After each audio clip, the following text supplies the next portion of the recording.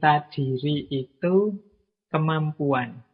Jadi berarti ini satu kebiasaan yang kita miliki untuk menerima diri kita, untuk puas terhadap diri kita, untuk bangga terhadap diri kita sendiri. Ini namanya cinta diri atau self-love. Jadi berarti 3 kemampuan yang dituntut dalam cinta diri itu. Mampu menerima diri sendiri, puas dengan diri sendiri, bangga terhadap diri sendiri. Ya ini enak kalau dijelaskan gini, tapi dalam hidup itu kan kita rasanya banyak yang ganjel. Kita itu sering memarahi diri kita sendiri. Kita itu sering kecewa dengan diri kita sendiri. Dan manifestasinya macam-macam. Orang itu kalau tidak puas dengan dirinya, itu ada kalanya yang baik berusaha untuk meningkatkan kapasitas dirinya.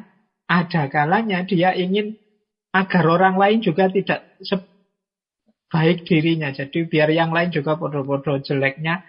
Aku ini sudah jelek, biar yang lain juga jelek. Akhirnya banyak orang itu yang untuk menutupi kejelekan dirinya, ketidakpuasannya terhadap dirinya, dia banyak mencari kesalahan di sekelilingnya. Dia ingin menunjukkan bahwa orang lain juga banyak jeleknya, orang lain juga banyak tidak memuaskannya. Nah, semoga kita tidak masuk yang kedua ini ya. Kalau kita sadar bahwa ada banyak hal dari diri kita yang bisa ditingkatkan, semoga yang kita lakukan adalah meningkatkan kualitas diri, bukan mencari-cari kesalahan orang lain dalam rangka menegaskan bahwa yang lain juga jelek kok, yang lain juga tidak baik-baik amat. Nah, hari ini banyak kita lihat kan di medsos-medsos itu. Kita sibuk sekali ngomentari orang, mencari jelek-jeleknya orang. Itu ada kalanya untuk menutupi betapa kita ini juga tidak se-ideal yang kita inginkan. Dengan cara, yang lain juga jelek. Itu kan kayak kalau anak sekolah nilainya jatuh, terus untuk menutupi nilainya yang jelek, dia bilang, teman-teman juga jatuh semua kok. Tidak ada yang bagus, sekarang memang materinya sulit kok. Nah, ini cara orang menutupi betapa dia sebenarnya kecewa terhadap dirinya. Nah, maka malam hari ini kita belajar yuk gimana caranya kita bisa menerima diri kita apa adanya, puas terhadap diri kita, bangga terhadap diri kita.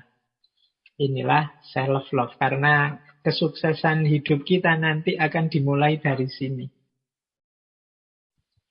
Tidak mungkin jiwa, diri yang selalu kita kecewai, yang selalu kita tidak puasi, itu bisa mengantarkan kita menuju kesuksesan.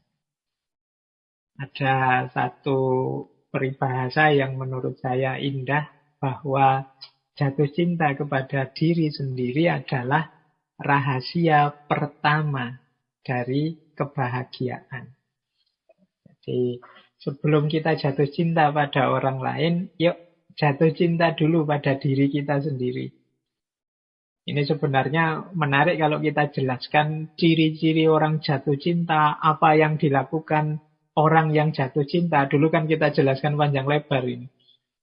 Nah, berarti apa? Yang harus kita lakukan pada yang kita cintai, kalau itu yang kita cintai diri kita sendiri, yuk ayo kita lakukan pada diri kita sendiri. Dulu misalnya dijelaskan orang mencintai itu dasarnya knowledge, pengetahuan, kemudian respect, menghargai, kemudian care, peduli, kemudian responsible, tanggung jawab. Nah, ini kan kemarin kita pahami, ini kita lakukan untuk yang kita cintai. Kalau sekarang objek cinta itu diri kita sendiri, ya berarti ayo ini kita lakukan pada diri kita sendiri. Mari kita knowledge, mari kita pahami diri kita. Mari kita hargai diri kita. Mari kita peduli dengan kondisi diri kita. Mari kita bertanggung jawab terhadap diri kita. Nah, itu ciri bahwa kita ini sedang mencintai diri. Ayo kita mulai ya latihan jatuh cinta yang pertama pada diri kita sendiri.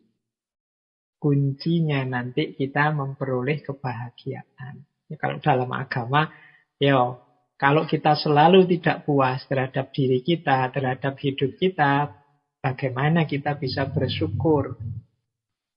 Kalau kita tidak bersyukur, bagaimana hidup kita bisa bahagia? Kalau kita tidak bahagia, bagaimana kita bisa mewujudkan target-target, capaian-capaian dalam hidup?